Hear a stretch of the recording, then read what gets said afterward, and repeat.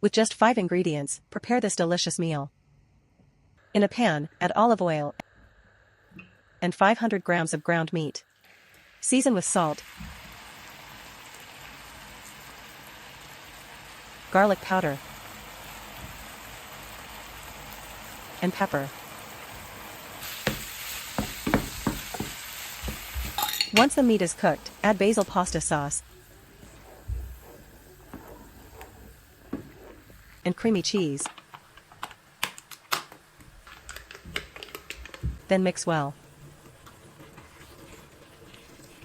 In another pot, boil water and cook tortellini for a few minutes, adding a tablespoon of salt to the water. Once cooked, drain the tortellini and transfer them to the pan with the meat.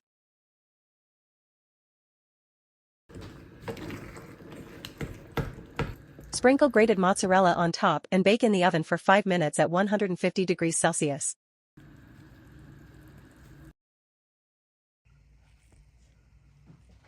Serve and enjoy your meal.